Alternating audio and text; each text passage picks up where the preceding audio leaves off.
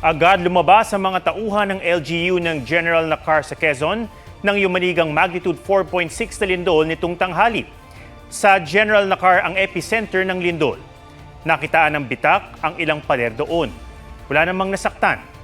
Naramdaman din sa Metro Manila ang lindol. Sa Ortigas, Pasig, nakitaan ng bitak ang isang gusali. Napalabas din ng ilang kawani ng gobyerno, maging sa Malacanang at sa Senado. Kahit sa Cavite, ramdam ang lindol kaya kinansila ang klase sa isang universidad. Mababaw ang pinagmulan ng lindol na umabot ang yanig hanggang Laguna, Pampanga, Nueva Ecija at Aurora. Inaalam pa ng PHIVOLCS kung anong fault ang gumalaw pero wala raw kinalaman ito sa West Valley Fault. Sa ikalawang araw ng pag-iral ng No Contact Apprehension Policy sa Metro Manila, tila tumino ang dating labu-labong trapiko sa Commonwealth Avenue. Pero nagpa-traffic naman daw dyan ayon sa ilang rider. Pinuna rin ng ibang motorista ang pagbabalik ng odd-even scheme sa EDSA kasabay ng number coding. May report si Joseph Moro. Day 2 ng NCAP o No Contact Apprehension Policy sa Commonwealth Avenue parang na-magic ang traffic. Tila sumunod sa kanilang lane ng mga motorista na dati labo-labo sa kalsada. Makikita natin na pag may nakatutok na CCTVs, marami nag-iingat at sumusunod sa batas trapiko. Kaya palang sumunod ng ating mga kababayan na motorista pag meron pong nakatingin na hindi po namin kaya mano-manong gawin. Sa ngayon, ang mga lalabag padadalhan ng notice of violation via mail. Pero sa susunod na linggo, ililunsad ng MMDA ang text alert at website para mas mabilis maabisuhan ng paglabag ang mga motorista. Babala ng MMDA, huwag sundin ang isang umunong link kung saan pwede raw malaman kung may violation ka. Kung gusto namang i-contest ang pagsita, imbes na pumunta sa MMDA, iscan na lamang daw ang kanilang QR code. Pwede rin nilang hingin yung actual CCTV footage noong violation. So the resolution of the contest can happen online. Pwede tayo mag-back and forth. Yes, online lahat.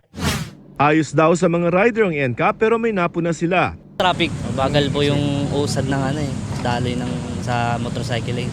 Nagkukumpul-kumpul lahat. Malapit lang yung pupuntahan mo, tumatagal ka rin ng oras. Parang pila kayo. Kasi para kami pumipila. Pinuna rin ng ibang motorista ang odd-even scheme sa EDSA na ibabalik sa June 16. Meron pa kasing number coding.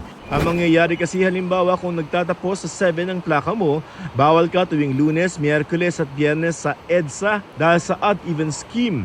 Pero sa ibang kalsada na number coding pa rin ang umiiral tuwing Huwebes ka lamang bawal. Ang beses na lang nila magagamit yung sasakyan nila sa EDSA. Pag ganon. Hindi po ganon. Hindi siya on top. It will replace. So sa EDSA, ang magro-rule na dyan ay yung odd-even. Okay. All other roads, yung regular na number coding. Yung mga tatawid lang ng EDSA, hindi babaybay. Like kunyari, Ortigas, pupunta ka sa kabilang side, tatawid ka ng EDSA. Hindi yun violation. Hindi ba hassle? Hindi hassle. Depende kasi mas maganda nga yun para lumugang EDSA. Nagiging parking na I-exempt sa odd-even ang mga electric at hybrid car, TNVS o Transport Network Vehicle Service at mga motorsiklo, mga pa-ride-hailing service o pribado. Kanina sa pagdinig sa Senado, sinabi ng DOTR at San Miguel Corporation o operator ng Skyway na inaaral pa kung paano gagawing libre ang toll kasabay ng EDSA rehab. Pwede raw palawigin ang concession agreement para hindi na magbayad ang gobyerno ng ililibreng toll fee sa loob ng 2 taon.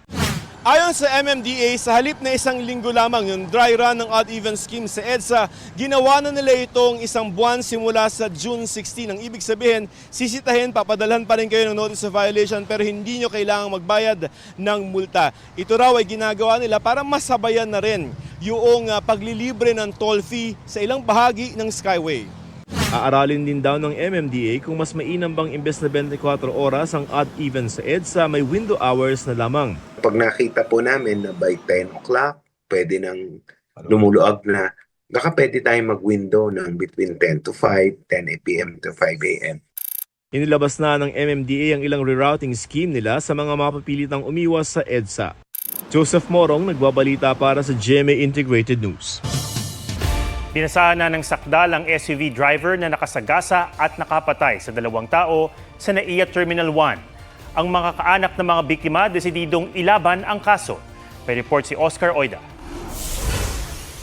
Hindi ko matatanggap. Lalaban kami hanggang dulo. Paglalaban ko yung anak ko. Ito ang unang beses na nagsalita sa publiko si Cynthia Masungsong. Nanay ng 4 na taong gulang na si Malia Cates. Isa sa 2 namatay sa pagsagasa ng SUV sa entrada ng NAIA Terminal 1 noong May 4. Ihahatid lang sana nila noon ang kanilang padre de pamilyang OFW. Si Cynthia naging kritikal dahil sa disgrasya. Kanina sa arraignment sa Pasay RTC, nakaharap nila ang SUV driver na naghain ng not guilty plea. Panay raw ang hingi ng tawad ng driver. Nasasaktan lang ako na makita siya. Kasi kung di dahil sa kanya, nandito pa sana yung anak ko. Hindi sana ako ganito. Buo sana yung pamilya namin. Pinagharap din ang magkabilang panig sa Philippine Mediation Center. Naiyak, wala naman luha. Alam mo, hindi mo sisira. Hindi kami makipag-areglo. Pinatay niya ang anak ko, tapos ang aking asawa, kritikal. Hindi siya mapatawad. Kasama rin nakaharap ng SUV driver ang ama ni Derek Faustino. Ang 29 na taong gulang na papunta naman sa business trip sa Dubai nang masagasaan din. Hindi ko kinakausap panay nung nandoon kami, panay hingi ng pasensya hindi ko pinapansin. Tikom ang bibig at nagmamadaling lumabas ng mediation center ang SUV driver. Bukod sa mga kaso niyang reckless imprudence resulting in 2 counts of homicide, multiple physical injuries, and damage to property, posible pa siyang sampahan ng civil action sa tulong ng Department of Migrant Workers. Oscar Oida nagbabalita para sa GMA Integrated News. Bistado sa isang bahay sa Pampanga ang mga umunoy tsabu na ang halaga lagpas 1 bilyong piso. Tinutugis pa ang Chinong suspect na konektado sa mga umunoy shabu. May report si Jonathan Nandal. Sa isang abandonadong bahay sa Angeles City, Pampanga, nabisto ng PIDEA ang pinakamalaking huli nila ngayong taon, 155 kilos ng hinihinalang shabu. Ang halaga mahigit 1 bilyong piso. Wala ho tayong nahuli doon dahil nung time na in-implement po natin yung search, hindi po lumitaw yung subject po natin search warrant. At large pa ang target nila. Isang Chinese national na ayon sa PIDEA, miyembro ng isang high-value drug syndicate at konektado sa isa pang Chinese at Pilipina na nahulihan ng 35 kilos ng shabu sa Angeles City nitong May 14. Sabi ng PIDEA, base sa packaging ng mga shabu na pinagmukhang tsaa, posibleng galing ito sa Golden Triangle, rehiyon sa pagitan ng Thailand, Myanmar at Laos. Natalamak ang drug trade. We are looking into the possibility na dinaan yan through backdoor channels. Kasi nga naman, based on the profile nung mga nakuha nating droga, most likely nanggaling ito dun sa ating tinatawag na Golden Triangle. If we were not able to confiscate or seize these dangerous drugs, most likely this will fall dun sa ating mga small-time drug peddlers. Ang paghabol nila sa mga small-time na tulak, bukod pa sa mga big fish, ika nga, bilang pagtalima raw sa utos kamakailan ni Pangulong Marcos. Mula raw ng ibaba itong direktiba ng Pangulo, mahigit 300 operasyon na ang nakasa nila. Halos 5 kilong shabu at marijuana ang nasabat at lagpas 400 sospek ang nasakote. Wala raw silang napatay ni isa. Last week, nagbigay tayo ng rewards. 8 individuals, they were able. 4 doon nakakuha ng 2 million pesos each. Kung meron man silang may turo, successful yung operation, depende sa quantity and quality, they will receive rewards from PIDEA. Jonathan Andal, nagbabalita para sa GMA Integrated News.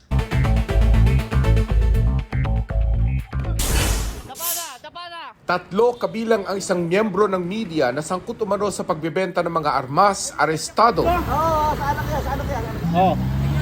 Kabilang sa nakuha sa kanila ang 3 bagong Armalite rifle na ibinebenta ng mahigit 100,000 pesos kada isa.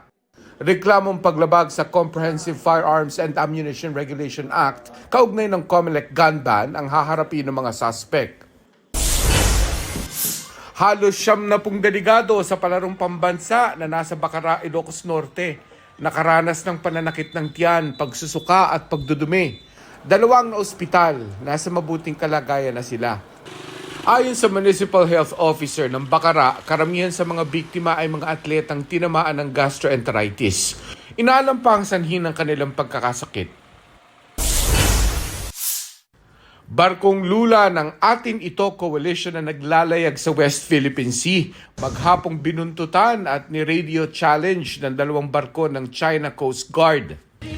Bago umalis ng El Nido, Palawan, kaninang madaling araw, nagsagawa ng sea concert ng Atin Ito Coalition bilang bahagi ng kanilang civil mission. Dating presidential spokesperson Harry Roque, nag-backdoor exit umano bago umalis ng bansa. Ayon kay Justice Secretary Jesus Crispin Remulla, posible umanong dumaan ng tawi-tawi si Roque at nagbangka papuntang Malaysia. Si Roque ay may warrant of arrest para sa non-bailable na kasong qualified human trafficking. Bunsod ng ni-raid na scam hub na Lucky South 99 sa Porac, Pampanga. Gumugulong daw ang proseso ng pagpapakansela ng higit sa 1 pasaporte ni Roque na pinalagan niya kahapon na tinawag niyang premature dahil sa inihain niyang motion para i-dismiss ang mga reklamo laban sa kanya. Mark Salazar, nagbabalita para sa GMA Integrated News.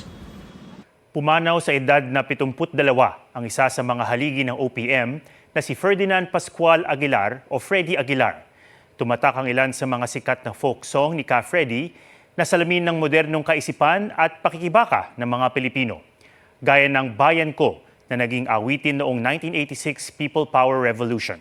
At Anak na tila kanyang liham ng paghingi ng tawad sa mga magulang dahil sa naging swail na anak. Isinalin ito sa halos 30 wika.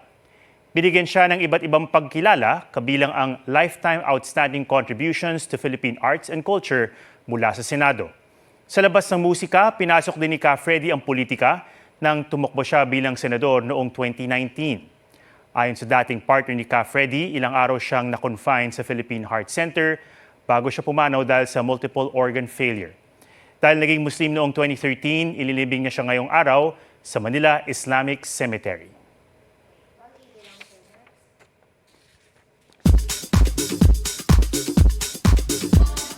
Rocco Nasino suportado ang fangirl moment ng misis na si Melissa kay Korean opa Song Joong Ki. Biro pa niya, buong puso niyang ibinigay ang asawa. Sagot naman ni Melissa, si Rocco pa rin ang #1 pogi sa buhay niya. May Song Joong Ki entry rin si Sparkle host and influencer Janina Chan. Grateful daw siya na maging host ng Manila event ng Korean superstar. Heart Evangelista, oozing with confidence sa Spain. Tasteful ang kanyang post na topless sa pool featuring her new curls. Nasa Shanghai, China naman si Bea Alonzo. Kasama niyang nag-e-enjoy sa the happiest place on earth ang kanyang mga kaibigan.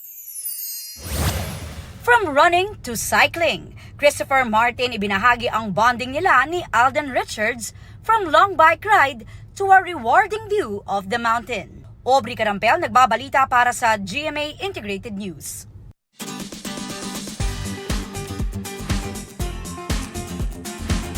Sumakses sa loto ang isang Pinoy sa Canada. Naka-jackpot siya ng 80 million Canadian dollars o mahigit 3.2 billion pesos. Kwento ni Justice Simporios, kasama niya sa pagtulog ang kanyang winning ticket at dinala pa niya ito sa simbahan. Bukod sa kinabukasan sa kanyang pamilya, plano rin daw niyang tulungan ang mga kaanak nito mula sa Pilipinas. Tutulong din daw siya sa komunidad sa British Columbia kung saan 4 na taon na siyang residente. Huwag magpahuli sa mga balitang dapat niyong malaman. Mag-subscribe na sa GMA Integrated News sa YouTube.